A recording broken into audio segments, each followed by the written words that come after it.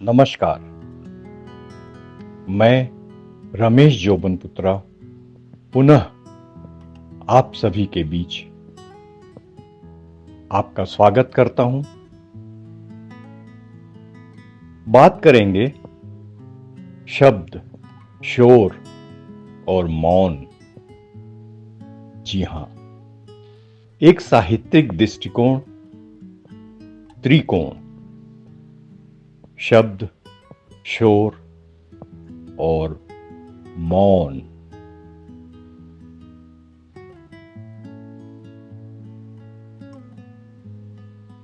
कहा गया है शब्द ब्रह्म है।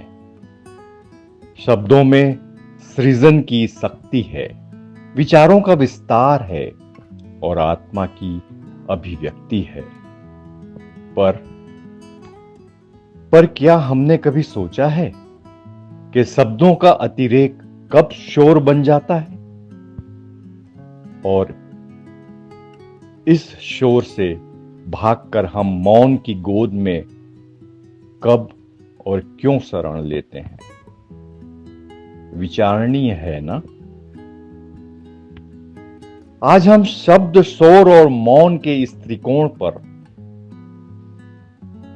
विचार करते हैं, जो न केवल भाषा के स्तर पर बल्कि मनुष्य के अंतर्मन में भी सतत घटित होता रहता है। दोस्तों, शब्द विचारों का शरीर है। कहे हुए शब्द केवल ध्वनि नहीं होते, वे अनुभूति के वाहक हैं। शब्द केवल संवाद नहीं करते, वे संबंधों की गांठें खोलते भी हैं, बांधते भी हैं। शब्द हमें जोड़ते हैं। एक प्रेम पत्र, एक कविता, एक प्रार्थना, एक आशीर्वचन, एक गजल, ये सब शब्दों की सौगात है।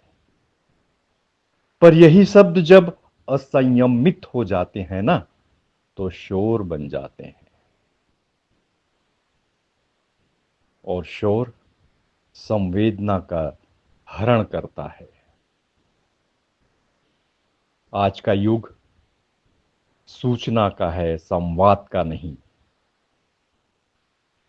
हम सभी शब्दों की अधिकता में जी रहे हैं और भावों की कमी में घुट रहे हैं। हर ओर शोर है, टीवी की बहसों में, सोशल मीडिया की टिप्पणियों में, भाषणों के आडंबर में। शब्द बोलते हैं पर सुनने वाला मन सिर्फ मौन होता है। किसी ने कहा है कि शब्द लफ्जों का जुमला भी खेला है शतरंज का, जिसमें लफ्जों के मोहरे मात दिया करते हैं एहसासों को।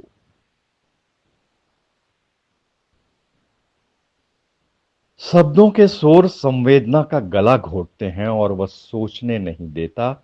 वह संबंधों की को जोड़ता कम और तोड़ता ज्यादा है, क्योंकि उसमें संवाद नहीं, केवल प्रतिध्वनि होती है, जिसमें हर कोई बोलता है, चिल्लाता है, पर सुनता कोई नहीं है।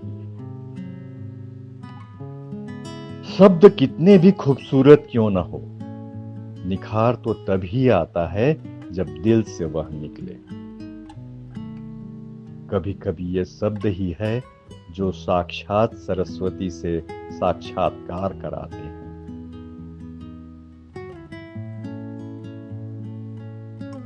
दोस्तों, शब्दों की कोई स्पर्श नहीं कर सकता, लेकिन शब्द उनके भाव के अनुरूप हर किसी को स्पर्श करते हैं। और हां, कभी कभी शब्द शून्य और भाव मौन हो जाते हैं।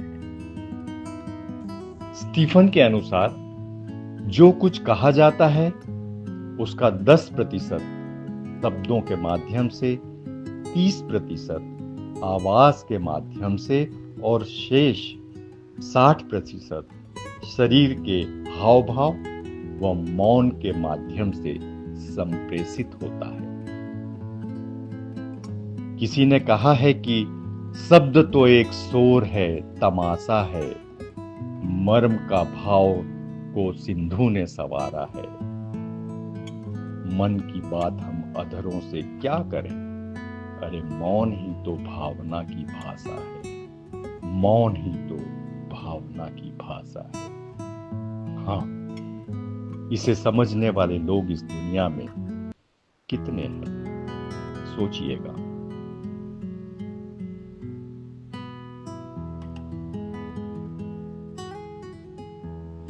मौन न कोई कमजोरी है, न ही पलायन। यह एक गहन संवाद है, आत्मा से आत्मा का, विचार से विवेक का। रामायण में लक्ष्मण मौन रहते हैं, पर उनके मौन में समर्पण है। महाभारत में भीष्म मौन है, पर उनके मौन में पीड़ा है। गांधी का मौन व्रत एक प्रतिकार का साधन था, और बुद्ध का मौन आत्मज्ञान का प्रकाश। मौन हमें भीतर की ओर मोड़ता है, जहां न शब्द हैं, न शोर है, केवल और केवल सत्य की स्पष्ट प्रतिध्वनि है। कई अवसर पर मौन और शब्द का अंतर्द्वंद भी है।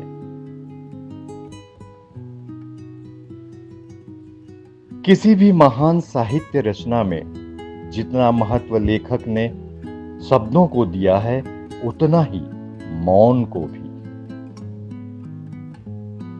प्रेमचंद की कहानियों में जो नहीं कहा गया, वह भी पाठकों को अंदर तक छू जाता है। गुलजार की कविताओं में मौन एक प्रमुख किरदार होता है। गुलाम अली की यह पंक्तियां, चुपके चुपके रात दिन आंसू बहाना याद है, ये पंक्तियां मौन की ध्वनि बन जाती है। कभी कभी मौन शब्दों से अधिक मुखर होता है। दोस्तों, शब्द आवश्यक है, शोर अनावश्यक है, और मौन तो अनमोल है। हमें शब्दों को चुनना है, शोर से बचना है, और मौन को साधना है। क्योंकि जब शब्द थक जाते हैं तो शोर गिर जाता है, और तब मौन उठता है, और वह कह जाता है जो शब्द कभी नहीं कह पाए। आवश्यकता है मौन की भाषा को समझा जाए।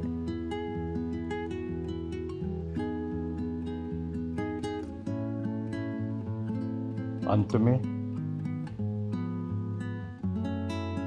अल्फाजों शब्दों के दीवाने तो बहुत मिलेंगे, अल्फाजों शब्दों के दीवाने तो बहुत मिलेंगे। तलाश उनकी करें जो मौन की खामोशी को पढ़कर साथ चले।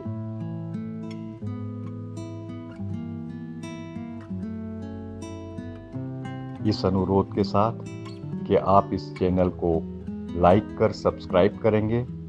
आपका आभार, अभिनंदन, नमस्कार।